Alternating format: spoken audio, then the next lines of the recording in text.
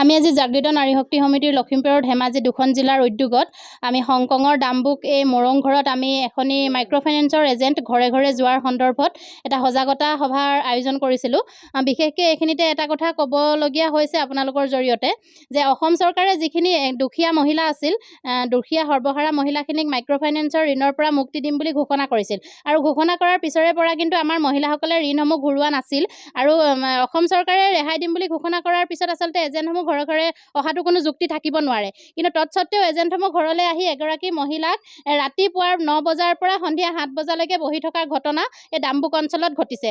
গতিকে এনেকুৱা ধৰণৰ যদি ঘটনা ঘটিবলৈ হয় তেতিয়াহ'লে মানুহগৰাকীক আচলতে মানে যদি শাৰীৰিকভাৱে টৰ্চাৰ কৰিলেও ইমান কষ্ট নাপালেহেঁতেন, যদিহে মানে এগৰাকী মানুহৰ ঘৰত যদি দিনৰ দিনটো বহি থাকিবলৈ হয় তেতিয়াহ'লে মানুহগৰাকী মানসিকভাৱে যথেষ্ট ভাগি পৰা দেখা যায় আৰু মানসিকভাৱে ভাগি পৰিলে মানুহগৰাকীয়ে তেওঁৰ জীৱনৰ কিবা এটা বেলেগ সিদ্ধান্ত ল'বলৈও বাধ্য হয়। তেনেকুৱা ঘটনা বহুত আমাৰ অসমত আগে পিছে ঘটিছে।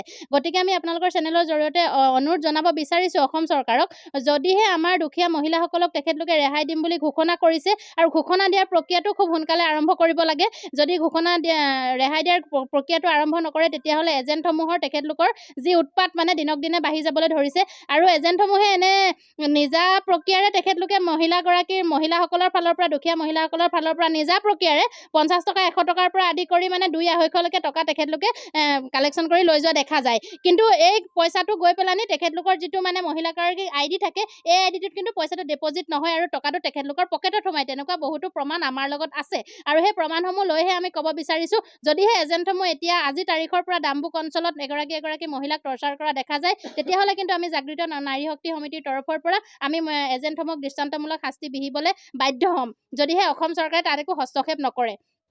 আৰু আমাৰ মহিলাসকলক যিটো NOC প্ৰদান কৰাৰ ঘোষণা কৰিছিল অসম চৰকাৰে, NOC প্ৰদান কৰিবৰ কাৰণে যিটো প্ৰচেছ আগত কৰিব লাগে সেই প্ৰচেছটো যদি তেখেতলোকে খুব সোনকালে কৰে তেতিয়াহ'লে অন্ততঃ এজেণ্টসমূহক এটা বন্ধাৰ নিচিনা ব্যৱস্থা কৰা হ'ব। তেখেতলোকে এটা বান্ধোনৰ মাজত সোমাই পৰিব যে অসম চৰকাৰে আমাক যিহেতু ৰিজাৰ্ভ বেংকৰ জৰিয়তে আমাৰ মাইক্ৰ'ফাইনেন্স কোম্পানীসমূহক টকাসমূহ ৰিকভাৰী কৰিলে, গতিকে আমি মহিলাসকলক আমি আজিৰ পৰা হাৰাশাস্তি কৰিবলৈ নাযাওঁ। তেনেকুৱা ধৰণৰ যদি এটা গাইডলাইন বা নটিফিকেশ্যন যদি এজেণ্টসমূহক দিয়া যায় তেতিয়াহ'লে এজেণ্টসমূহ গাঁৱে গাঁৱে সোমাবলৈ তেখেতলোকে অকণমান ভয় কৰিব।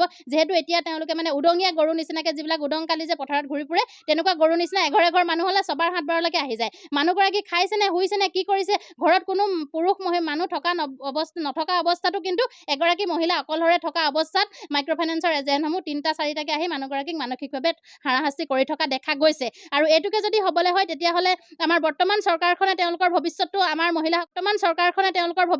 আমাৰ মহিলাসকলৰ ফালৰ পৰাই দেখা পাব। কাৰণ চৰকাৰখনটো নিজে কেতিয়াও বনা নাছিল, চৰকাৰখন আচলতে প্ৰজাৰ পৰাই ৰজা আসনত বহিবলৈ পায়। গতিকে আমাৰ এই যিখিনি দুখীয়া মহিলা 11 লাখ দুখীয়া মহিলা অসম চৰকাৰে বাছনি মাৰি থৈছিল, এই মহিলাসকলক খুব সোনকালে ৰেহাই দিয়াৰ প্ৰক্ৰিয়াটো আৰম্ভ কৰক। নহ'লে কিন্তু আমাৰ মহিলাসকলে বিভিন্ন সময়ত বিভিন্ন পৰিস্থিতিৰ মুখামুখি হ'ব এজেণ্টসমূহ আৰু আমি নিজাববীয়াকৈ আমি নিজৰ ফালৰ পৰা মাইক্ৰ'ফাইনেন্সৰ এজেণ্টসমূহক আমি নিজা ফালৰ পৰা দৃষ্টান্তমূলক শাস্তি দিবলৈ বাধ্য হ'ম। গতিকে আপোনালোকৰ চেনেলৰ জৰিয়তে আমি অনুৰোধ কৰিব বিচাৰিছোঁ যে জোনাই এই হংকং ডাম্বুক অঞ্চলত যাতে ভৱিষ্যতে মাইক্ৰ'ফাইনেন্সৰ এজেণ্টসমূহে দুখীয়া মহিলাসকলৰ ঘৰলৈ টকা বিচাৰি হাৰাশাস্তি কৰিবলৈ নাহে। আমি এতিয়া ক'ব বিচাৰিছোঁ যে এজেণ্টবিলাকে আমাক যে হাৰাশাস্তি দি আছিলে যে আগৰ পৰা যে আমাৰ মতা মানুহ হাজিৰা কৰিব যাব নোৱাৰে, লকডাউনৰ পৰাতো আমিতো নিদিয়া হ'ল। তাৰপাছত নিদিয়াৰ পাছত আকৌ লকডাউন সেইবোৰ কথা মিছা বুলি কয়, এই কিবা MLA ছাৰৰ দিয়াটো মিছা, সেইবিলাক তহঁতৰ সুত বাঢ়ি গৈ আছে, পিছত তহঁতৰ ডিষ্টাৰ্ব কৰিব বেছি সুত বাঢ়ি থাকিব, তহঁতৰ কাৰণে প্ৰব্লেম হ'ব বুলি কৈ পিনি আমাৰ কিবাটো পইচাটো 100 টকা অলপ 50 টকা অলপ লৈ আছে। ঘৰত 1 টকা নাই বুলি ক'লেও লোকৰ পৰা ধাৰ লৈ ইজনৰ পৰা সিজনৰ পৰা খুজি লওক, লগৰীয়াৰ পৰা লৈ লওক বুলি ৰাতিপুৱা 9টা-8টা বজাৰ পৰা কিবা লৈ গধূলা 2টা-3টা বজালৈকে বহি থাকে কেতিয়াবা।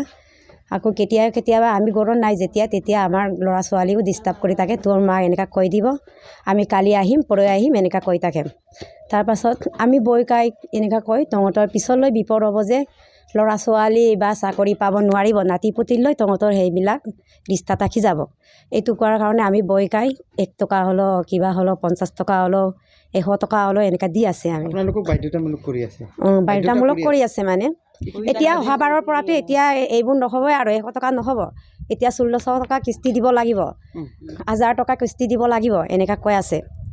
যেনেকৈ আগত কিস্তি দিছিলে তেনেকৈ দিব লাগিব বুলি কৈ আছে মানুহবিলাক চৰকাৰে তেখেতলোকৰ ঋণ যিটো কিবা কৰা হৈছে চৰকাৰে দিয়াৰ ব্যৱস্থা কৰিছে এই সময়তো আপোনালোকক যিহেতু এজেনে আহি পেলাই যে পইচা উঠাই আছে যে আজি সজাগতা সভা তাত যে আপোনালোকক বুজাই দিছে তাৰপিছত এতিয়া আপোনালোকে দিব নিদিব আজিৰ পৰা আমি এতিয়া নিদিওঁ এতিয়া আমি কৈছোঁ হিমন্ত বিশ্ব শৰ্মাক আমাৰ ঋণবিলাক সদায় সোনকালে ঘূৰাই দিবলৈ আমি অনুৰোধ জনাইছোঁ আৰু এতিয়া কিবা কৰিছোঁ এইটো কাৰণে আপোনালোকৰ চেনেলটো আনিলোঁ আমি